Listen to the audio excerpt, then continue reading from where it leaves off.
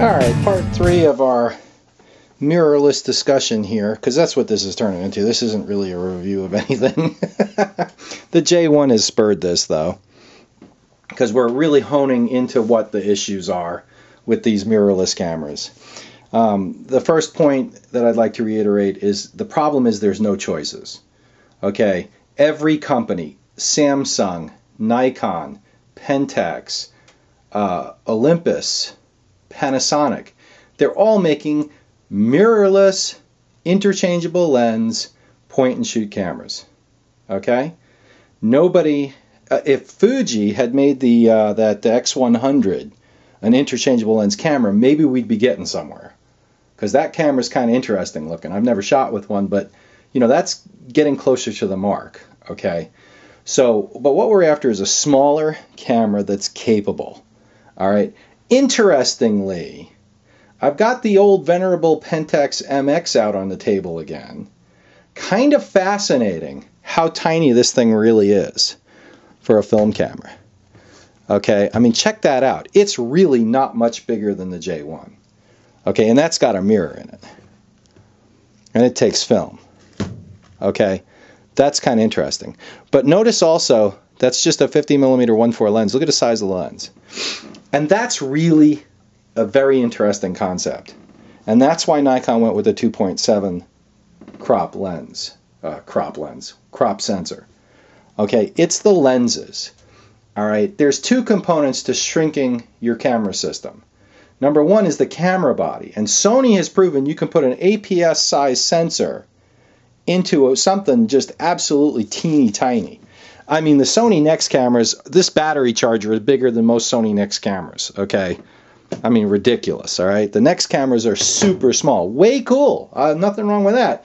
Problem is the lenses are gigantic because the lenses have to be APS-C size lenses. I mean, the bottom line is, you know, Sony's got to make a lens that big, okay, to get a 16-50 because that's an APS-C size 16-50 2.8 zoom. And if Sony wants to make an APS-C 16-50, it's got to be that big. All right, well, what's the point of having a camera body the size of a pack of cigarettes if your lens is gigantic? Okay? So that's the thing about the APS-C size sensor, right? Everything's a compromise. Now, if you don't mind having a lens that big on a tiny camera body, because you want the APS-C, you know, but then you get the point of like, well, why not buy a K5 instead of a Sony Nex and be done with it, and actually have a nice small solid body with a mirror and a real viewfinder. I mean, you're giving up too much, you're not gaining anything. You know, okay, so Nikon comes along, their solution is 2.7, and that's a 10-30 zoom. It's small. Okay. All right. Let's talk about this, all right? So if you want to put Nikon primes or Canon primes on a crop body, you have to use full frame primes, and they're big lenses. Okay. Sony's the other side of the coin. They make APS-C lenses for a tiny camera body, but it defeats the purpose of having a tiny camera body. The only company, and that's why I think Pentax, it's just an illustration, okay, of where we're at. The only company that's making APS-C size lenses for their APS-C size cameras, and that's because they don't have a full frame, is Pentax. And you know what? There's a real advantage in there. There's a real sweet spot there. Okay? And that's one of the reasons why the K5 is such a cool camera. Let's check this out. There's nobody else that makes a 21mm lens that small for their APS-C crop cameras. Okay? If size and weight constraints are an issue to you, well then Pentax is the only camera company that's really addressing that in an DSLR camera. All right, and that's the hope of these mirrorless cameras. But the question is, where's the sweet spot? Okay, Olympus and Panasonic with the Micro Four Thirds and the 2x crop sensor are kind of in an interesting spot The problem is their cameras, they're making interchangeable lens point and shoots.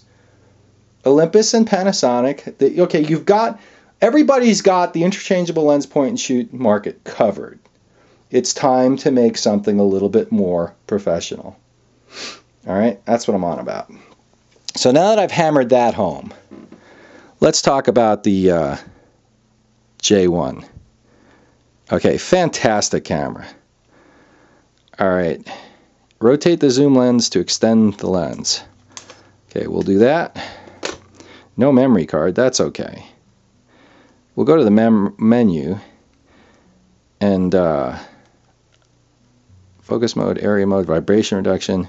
That's built into the lens. Well, here we go, you can see it. Long exposure metering. Look at this, exposure mode. Okay, programmed auto. All right, let's go to manual. Okay. All right.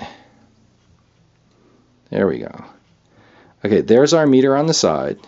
All right. This is how we adjust our apertures. Okay, brilliant. With the readout down there, perfect. No sweat. This is how we adjust our shutter speeds. How cool is that? Okay, I mean, that really works well. I need a black background, I guess. Here, I'll tell you what.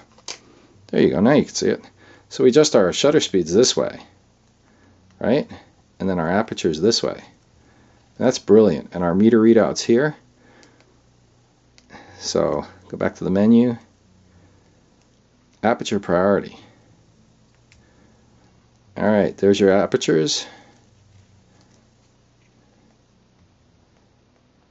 No, that's not your apertures. There's your, I don't know what that does. I don't think it does anything right now, but you adjust your shutter speeds here. Your apertures here with the lever. Very clever. Very clever. You get the idea how it works. I mean, really well done. Very clean layout.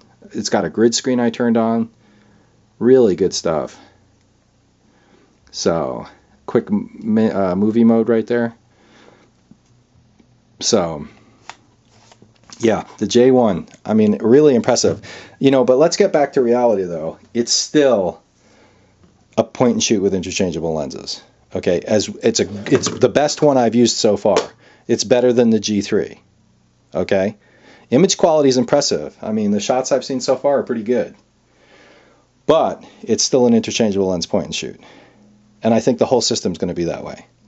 They weren't aiming for what we're looking for. Or what I'm looking for. Alright? So look at how small that MX is. Just amazing. I mean, really phenomenal. And that was 1977. Okay. Professional level film camera. That small. Alright? Yeah. So, that's part 3. And a little bit more hammering the point home because nobody's doing it. Nobody's making what we want. I mean, money will be spent. I mean, we're buying a lot of stopgap measures in the meantime. But, I mean, somebody comes out with a $1,500 camera that I've described, I'm on it. I'm all over it. So, anyway, all right, Ed with Photo Universe. And maybe there's a part 4. I don't know. We'll see what we have to say. Okay. Have a good one.